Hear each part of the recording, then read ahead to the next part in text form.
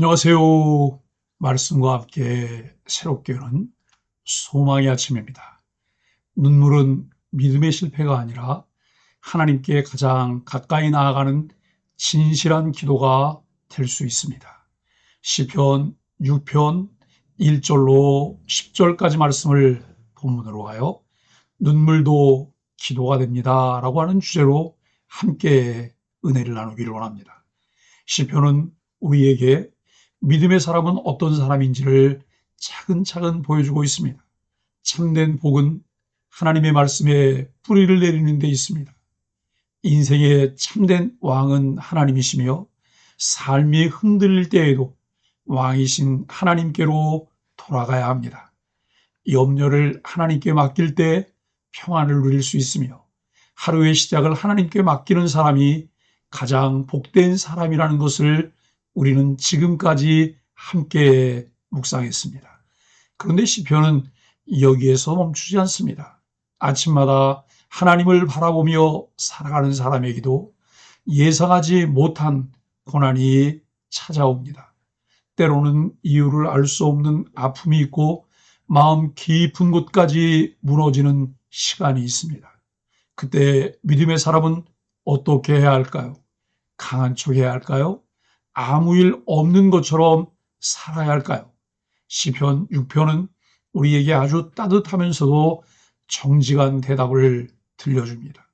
울어도 괜찮다. 그리고 그 눈물을 하나님께 가져가라.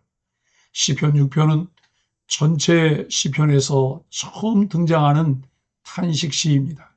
특별히 이 시편은 7개 참회시 가운데 하나로도 알려져 있습니다. 다윗은 지금 몸도 마음도 다 깊이 지쳐 있습니다. 본문 2절에서 그는 이렇게 말합니다. 여호와여, 내가 수척하였사오니 내게 은혜를 베푸소서. 여호와여, 나를 고치소서. 내 뼈가 떨리나이다.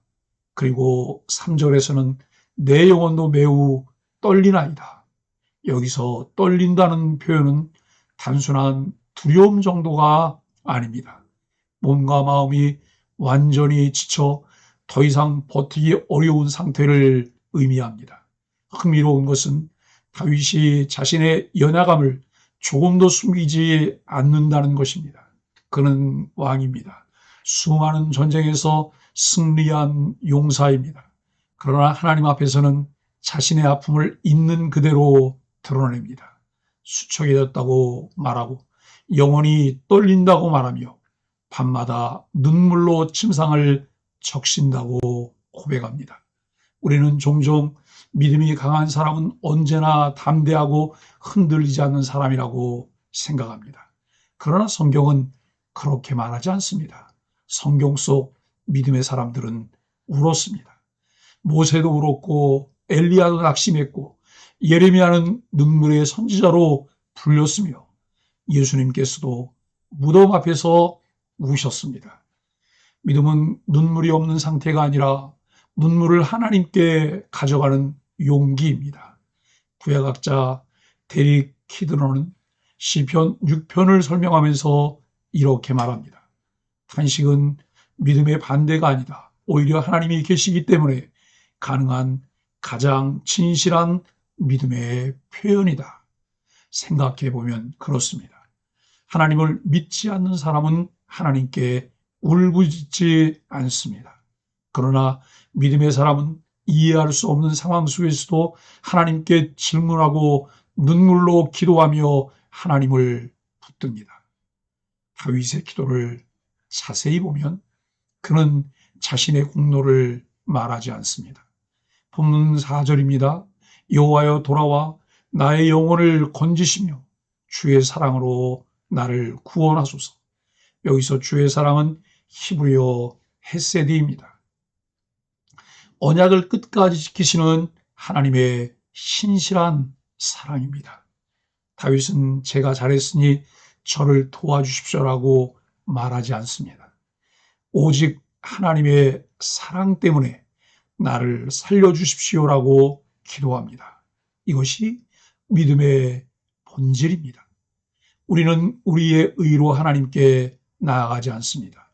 우리는 하나님의 은혜 때문에 하나님께 나아갑니다.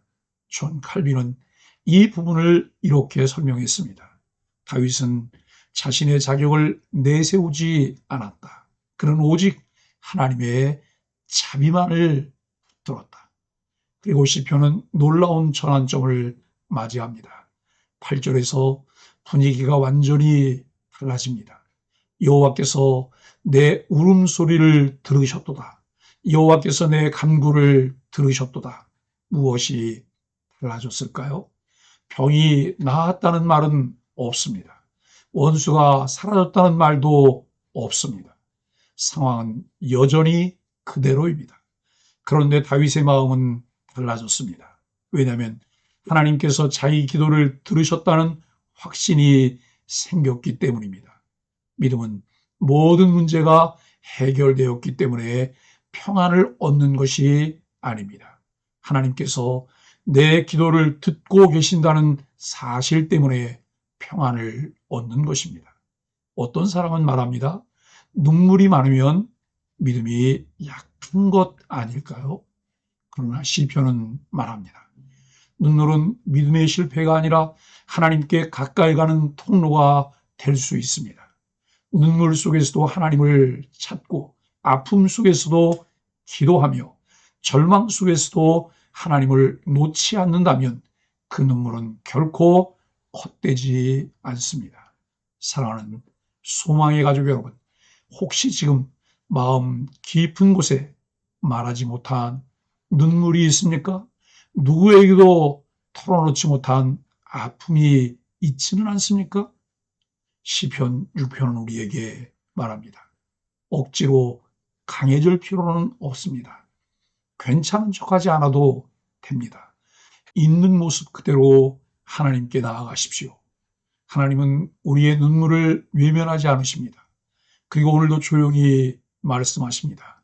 내가 내 울음소리를 들었다. 그 말씀이 오늘 우리의 가장 큰 위로가 되기를 바랍니다. 히브리서 기자는 예수님도 그는 육체에 계실 때 자기를 죽음에서 능히 구원하신 이에게 심한 통곡과 눈물로 간구와 소원을 올렸고 그의 경건하심으로 말미암아 들으심을 얻었느니라고 히브리서 5장 7절에서 말씀합니다.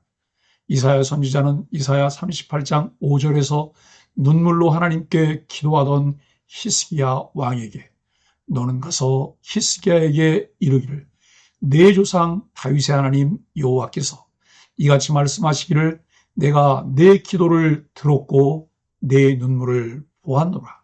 내가 내 수완을 15년을 더하리라라고 응답하였습니다. 아프고 힘들고 답답할 땐 울어도 괜찮습니다. 그 눈물을 가지고 하나님께 나아가는 소망의 가족들이 되기를 예수 그리스도 이름으로 간절히 축복합니다. 함께 말씀으로 드리는 소망의 아침 감사 기도입니다. 주님, 우리의 눈물과 탄식을 외면하지 않으시고 끝까지 들어주시니 감사합니다. 주님, 연약한 모습 그대로 하나님께 나아갈 수 있는 은혜를 주시니 감사합니다. 주님, 눈물의 시간을 지나며 더욱 하나님을 깊이 신뢰하게 하시니 감사합니다. 예수님의 이름으로 기도합니다. 아멘.